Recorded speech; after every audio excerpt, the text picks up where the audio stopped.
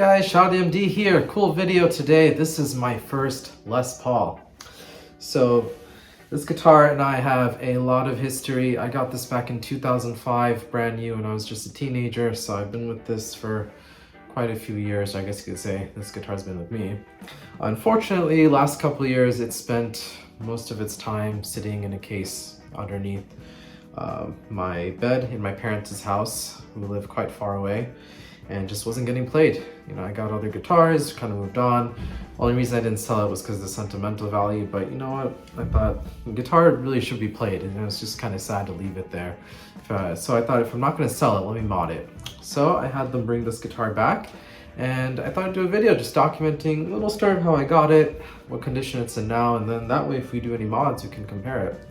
So basically, I got this in 2005. This was the Epiphone Les Paul Standard Plus Top.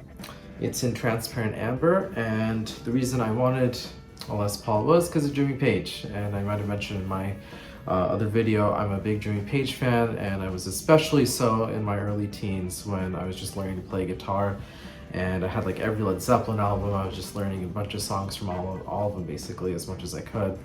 And when my parents had seen that, okay, I was pretty serious, and my first guitar was actually a Squire Strat that I got from a Strat pack, and they told me, all right, if I'm serious with that, then they'll let me get something nicer. And after a year or two, when they saw that I wasn't quitting guitar, or you know, I had some like seriousness about it and that I would stick to it, they said, okay, we'll get you something nice. So that's when this came in the picture. And obviously, being a Jimmy Page fan, I was like, I want a Les Paul. I really wanted an Epiphone Les Paul that looked like his in terms of the burst color. And as you know, Jimmy Page's Les Paul burst is not the easiest to replicate. You know, he has a nice faded cherry burst, so it is a cherry, but it's not like the full-blown red. It's more of a nice faded color. And he obviously has number 1 and number 2 Les Paul, which are different colors as well. So getting an Epiphone with the limited options that Epiphone had in that color was not that easy. My options basically were, at that time, Heritage Cherry, which I'll show you a picture of here.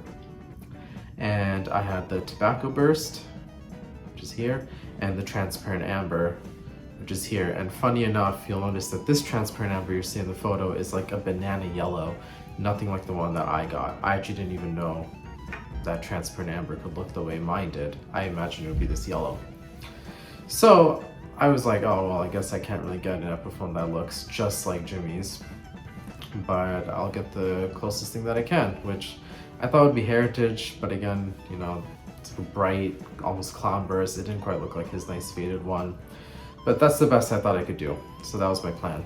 I went in the store, checked out a bunch of Epiphone Les Pauls, played several, and then this caught my eye. Saw this on the rack.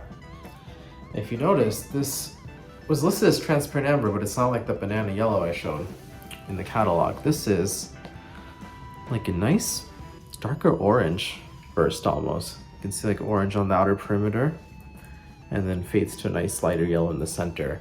And I guess in this day and age, we would call this unburst. I know Gibson has a standard 50s and 60s model in a similar color. And though this is still not anything like Jimmy Page's burst, it was, you know, a little closer, at least to me at that time, you know, being a variant of the faded cherry, a very orange variant, but still. So I thought, okay, well, I guess this is a little closer, but I picked it up to try it out, and what really blew me away was how it felt and played. I just loved the neck, and even now I play it and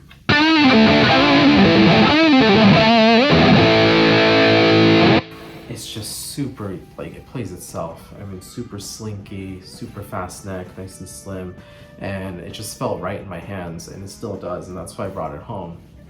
And, you know, between the playability and the burst being, I guess, somewhat closer to Jimmy's, this was the one I went with, and haven't looked back since. A couple things I really like about this guitar, or at least I think are interesting. The neck being slim is nice for me. I love slimmer neck profiles, but it still has a little shoulder to it, so, you know, still something to hold. Another thing I thought was interesting, this is, as you can see, one of the last made in Korea Epiphone Les Paul after this. So shortly after this, I think they switched to the made in China within a year or two after this one was made. So this is one of the last few Epiphones from the Korean factory. And again, the neck was good. A couple other things I really like. Oh, the rosewood fretboard is another thing I love about this guitar. I know the current Epiphones use, I think, Indian Laurel or something. And honestly, I don't like them. I mean, there's like this light brown, dry looking thing. And even a lot of Gibsons now, the rosewood boards that come out, they're like dried up and light. It just doesn't look that nice. This being a cheap Epiphone, but having a nice dark rosewood board, I thought was a really nice feature. I mean, it looks almost black, and that's not something you see often in Epiphones. So the fretboard was definitely one of the features I loved most about this guitar and still do. The other cool thing, and let me see if I can get up here on camera, it came with a proper hardshell Epiphone case. And I thought that was really cool. You know, it's got like the plush lining and everything. And that was a nice little feature. The store clerk also gave me a free setup with the guitar. And I don't know if it was just policy with the store, but I feel like that's not something you get these days, especially on cheaper guitars, that, you know, the store's willing to give you a free setup and get it intonated. But they did that for me, and I really appreciated that. So this guitar played really well, had the case, you know, nice looking burst there. It was pretty much perfect for me. I was very excited for it and still love it. A couple things I didn't love though is over time I realized, and I know even more so now that I've played and owned some nicer guitars. I mean, the poly finish, it's not bad, but it looks kind of plasticky. It makes it look a little cheap, honestly, compared to the Gibson counterparts. The pickups are a little muddy on this. I don't love them. They sound pretty good, but they're not great. And there's definitely some issue with the wiring. I don't know if it'll show on the video, but within a few years of owning this, I noticed that the pickups would randomly cut in and out or get kind of anemic. It would almost sound like the volume was rolled back, even though it would be on full. And the pickup would just kind of fade out, and then it would just cut out. And it would randomly do that and then start working again. So there's definitely some issue with the wiring. I'm not sure if it's here in the control cavity or up with the switch, but that's something that needs to be fixed. A couple other things, the flame veneer top looks pretty nice, but there's just no movement to it at all. And I mean, I would expect that from a veneer. It's pretty cheap. It probably doesn't have the same level of lively flame that full thickness flame maple cap would. But I do feel like the newer Epiphones, those flame veneer tops, they seem to be a little more lively, but this has no movement at all to it. Another thing is the back. Speaking of veneers, it's a multi-piece body, and I think they even used alder instead of all mahogany. There's like mahogany with some alder in this one, so it's not a full mahogany body, but regardless, being multi-piece, they decided to cover it up with this veneer in the back to make it look like a one-piece. I think it just looks kind of tacky. You can even see like the border of the veneer around the edge, so it's really obvious. So those were a couple things. The Grover tuner is actually a nice touch, and this holds tune really well. Again, these strings are old, like years old. I just took this thing out of the case. You know, I haven't played this in forever, and it's keeping in tune, you know.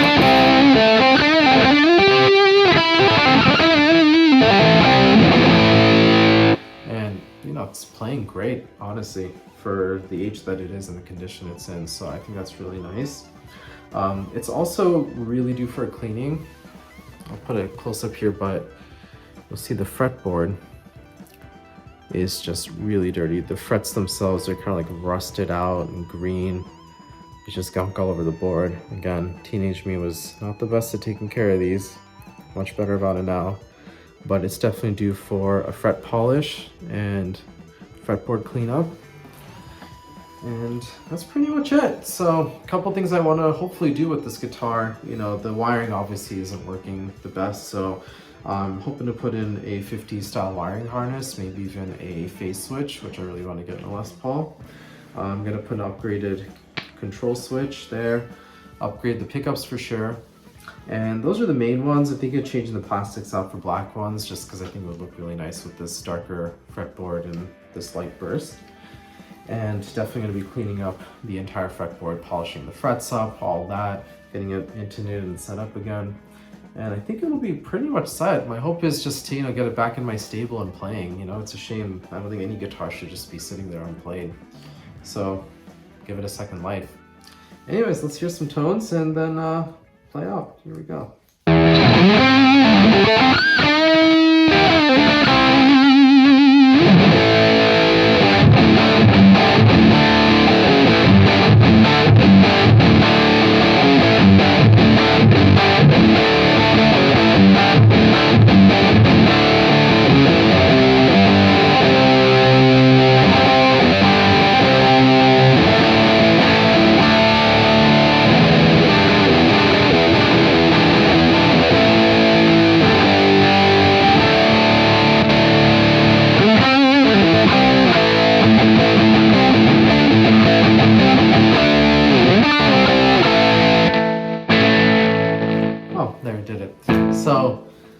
This is what I was talking about earlier. The rhythm pickup, volume's fully on 10, but you'll see it sounds like the volume's actually rolled back.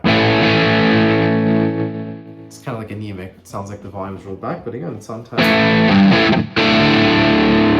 There's definitely some wiring issues I gotta work out. It still sounds good. But yeah, my first guitar, well, first real proper guitar. Hopefully you guys enjoyed my little demo of it, and I'll be getting to show more of this in coming videos, and maybe we can even go over all the mods and the before and after and all those fun things. So as always, appreciate you guys watching. Definitely like and subscribe if you enjoyed, and stay safe, rock on, be well guys, bye.